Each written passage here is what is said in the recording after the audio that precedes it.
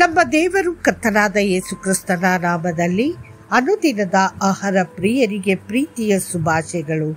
2024 July ತಿಂಗಳ 27ನೇ ತಾರೀಕಿನ ಶನಿವಾರದ ದೇವರ ವಾಕ್ಯವು ನಿರ್ದೋಷದ ನಡತೆಯವನು ನಿರ್ಭಯವಾಗಿ ನಡೆಯುವನು, ವಕ್ರಮಾರ್ಗಿಯು ಬಯಲಿಗೆ ಬೀಳುವನು.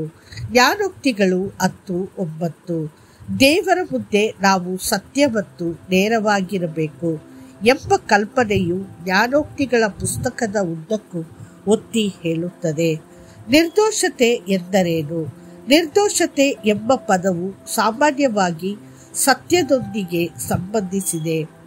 ಇದು ಸಂಪೂರ್ಣ ವಿಶ್ವಾಸಾರ್ಹತೆಯ ಲಕ್ಷಣವಾಗಿದೆ. ಯಾವುದೇ ಸುಳ್ಳಿಲ್ಲದಿರುವುದು ಉನ್ನತ ಗುಣ. ಇದು ಪ್ರಾಮಾಣಿಕತೆ ಮತ್ತು ನ್ಯಾಯವನ್ನು ಸೂಚಿಸುತ್ತದೆ. ಅಖಂಡವಾಗಿ ಬಾಳುವವರಲ್ಲಿ ಒಳ್ಳೆಯ ಫಲಗಳನ್ನು ಕಾಣಬಹುದು. ಅವರು ಎಂದಿಗೂ ಇತರರನ್ನು ಮೋಸ ಮಾಡುವುದಿಲ್ಲ.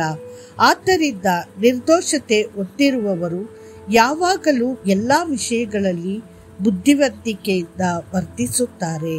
ಯೆಹೋವನು ನಮ್ಮಲ್ಲಿ ಪ್ರತಿಯೊಬ್ಬರಲ್ಲಿಯೂ ಅಂತಹ ನಿರ್ದೋಷತೆಯನ್ನು ನಿರೀಕ್ಷಿಸುತ್ತಾನೆ. ನೋಹನು ತನ್ನ ಪೀಳಿಗೆಯ ಎಲ್ಲ ಜನರ ನಡುವೆ ಪರಿಪೂರ್ಣ ಜೀವನವನ್ನು ನಡೆಸಿದನು. ಆದುದರಿಂದಲೇ ನೋಹನು ಕರ್ತನ ದೃಷ್ಟಿಯಲ್ಲಿ ಕೃಪೆಯನ್ನು ಕಂಡುಕೊಂಡನು. ಆದಿಕಾಂಡ 6:8. ಉಳಿದವರೆಲ್ಲರೂ ಪಾಪ ಮತ್ತು ಅಧರ್ಮದಲ್ಲಿ ಜೀವಿಸುತ್ತಿದ್ದರು. ಅವರ ಹೃದಯದ ಆಲೋಚನೆಗಳ ಪ್ರತಿಯೊಂದು ಉದ್ದೇಶವು ನಿರಂತರವಾಗಿ ಕೆಟ್ಟದ್ದಾಗಿತ್ತು. ಆದ್ದರಿಂದ ಕರ್ತನು ಅವರನ್ನು ನಾಶ ಮಾಡಲು ನಿರ್ಧರಿಸಿದಾಗ ಅವನು ನೀತಿವಂತನಾದ ನೋಹನನ್ನು ನಾವೆಯಲ್ಲಿ ಸಂರಕ್ಷಿಸಿದನು. ಅದೇ ರೀತಿಯಲ್ಲಿ ದೇವರು ಅಬ್ರಹಾಮನನ್ನು ಕರೆದಾಗ, ನಾನು ಸರ್ವಶಕ್ತ ದೇವರು, ನನ್ನ ಮುಂದೆ ನಡೆಯಿರಿ ಮತ್ತು ನಿರ್ದೋಷಿಗಳಾಗಿರಿ. ಆದಿಕಾಂಡ 17:1. ಅವರ ಕಾರ್ಯಗಳು ಅವರು ಹೇಳುವುದಕ್ಕೆ ಹೊಂದಿಕೆಯಾಗುವುದಿಲ್ಲ. ಅವರು ಎಂದಿಗೂ ಸಮಗ್ರತೆಯ ಜೀವನವನ್ನು ನಡೆಸಲು ಸಾಧ್ಯವಿಲ್ಲ. ಬೋಧಿಸುವ ಅನೇಕರು ತಮ್ಮ ಸ್ವಂತ ಬೋಧನೆಗಳನ್ನು ಅನುಸರಿಸುವುದಿಲ್ಲ, ಏಕೆಂದರೆ ಅವುಗಳಲ್ಲಿ ಯಾವುದೇ ಸಮಗ್ರತೆ ಇಲ್ಲ.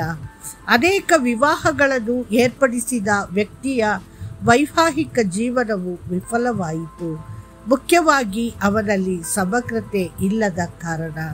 ಅನೇಕ ಮನೋವೈದ್ಯರು ತಮ್ಮ ಸ್ವಂತ ಸಮಸ್ಯೆಗಳನ್ನು ಪರಿಹರಿಸಲು ಸಾಧ್ಯವಾಗದೆ ಆತ್ಮಹತ್ಯೆ ಮಾಡಿಕೊಳ್ಳುತ್ತಾರೆ. ಅನೇಕ ಅರ್ಥಶಾಸ್ತ್ರಜ್ಞರು ತಮ್ಮ ಜೀವನದಲ್ಲಿ ಬಡತನದಲ್ಲಿ ಬದುಕುತ್ತಾರೆ. ಅವರ ಜೀವನದಲ್ಲಿ ಸತ್ಯ ಅಥವಾ ಒಳ್ಳೆಯತನ ಇಲ್ಲದಿರುವುದೇ ಇದಕ್ಕೆ ಕಾರಣ. ಎಷ್ಟೇ ವಿದ್ಯಾವಂತರಾಗಿದ್ದರೂ ಅವರಿಗೆ ಸಮಗ್ರತೆ ಬೇಕು. ಸಮಗ್ರತೆ ಇದ್ದರೆ ಮಾತ್ರ ನಾವು ಅವರನ್ನು ನಂಬಬಹುದು ಮತ್ತು ಅವಲಂಬಿಸಬಹುದು. ಮಹಾನ್ ಬೋಧಕ ಸ್ಪರ್ಜನ್ ಆಗಿನ ಬ್ರಿಟಿಷ್ ಪ್ರಧಾನಿಗೆ ಈ ಕೆಳಗಿನ ಮಾತುಗಳನ್ನು ಬರೆದರು. ಪ್ರಧಾನಮಂತ್ರಿಯ ಜೀವನವು ಸಂತೋಷವಾಗಿರಬಹುದು, ಆದರೆ ನಿಮಗೆ ನೀಡಲಾದ ಜವಾಬ್ದಾರಿಯನ್ನು ನೀವು ಪೂರೈಸಲು ಬಯಸಿದರೆ ನೀವು ಸಮಗ್ರತೆ ಮತ್ತು ಪ್ರಾಮಾಣಿಕತೆಯನ್ನು ಹೊಂದಿರಬೇಕು. ನಿಮ್ಮ ಜೀವನವನ್ನು ಬುದ್ಧಿವಂತಿಕೆಯಿಂದ ಮತ್ತು ಬಲವಾದ ಸ್ತಂಭಗಳ ಮೇಲೆ ನಿರ್ಮಿಸಬೇಕೆಂದು ನೀವು ಬಯಸುತ್ತೀರಾ? ನಂತರ ಸಮಗ್ರತೆಯನ್ನು ಹುಡುಕಿ ಮತ್ತು ಮನುಷ್ಯರ ಮುಂದೆ ಮತ್ತು ದೇವರ ಮುಂದೆ ಸತ್ಯವಾಗಿಯೂ ಪ್ರಾಮಾಣಿಕವಾಗಿ ಬದುಕಲು ದೃಢವಾದ ನಿರ್ಣಯವನ್ನು ಮಾಡಿ. ಆಗ ನೀನು ನೀತಿವಂತ ಎಂದು ಕರೆಯಲ್ಪಡುವೆ. ದೇವರ ಮಕ್ಕಳೇ, ನೀವು ಕೆಲವು ವಿಷಯಗಳಲ್ಲಿ ನಂಬಿಗಸ್ತರಾಗಿದ್ದರೆ ಕರ್ತನು ನಿಮ್ಮನ್ನು ಅನೇಕರ ಮೇಲೆ ಅಧಿಪತಿಯಾಗಿ ಮಾಡುತ್ತಾನೆ. ನೆನಪಿಡಿ, ನೀವು ನಿಮ್ಮ ದೇವರಾದ ಯೆಹೋವನ ಸೇವೆಯ ವಿಷಯದಲ್ಲಿ ಸದಾಚಾರ ಉಳ್ಳವರಾಗಿರಬೇಕು. ಧರ್ಮೋಪದೇಶಕಾಂಡ 18:13. ಕರ್ತನು ನಿಮ್ಮನ್ನು ಆಶೀರ್ವದಿಸಲಿ. ಆಮೆನ್.